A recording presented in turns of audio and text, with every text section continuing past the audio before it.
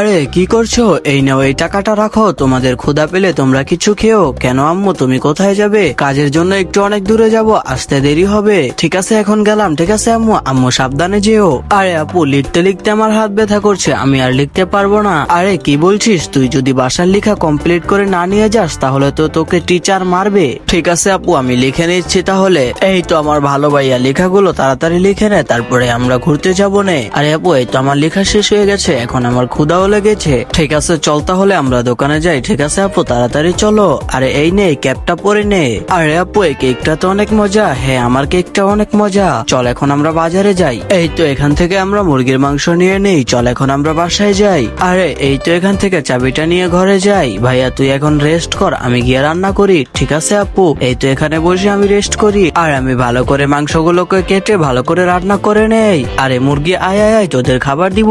আরে আম্মু এসে পড়েছো? আরে আব্বুও তো এসেছে। আরে হ্যাঁ, আমরা দুজনেই এসে পড়েছি। এখন তোমরা খেতে বসো, আমি খাবার রান্না করেছি।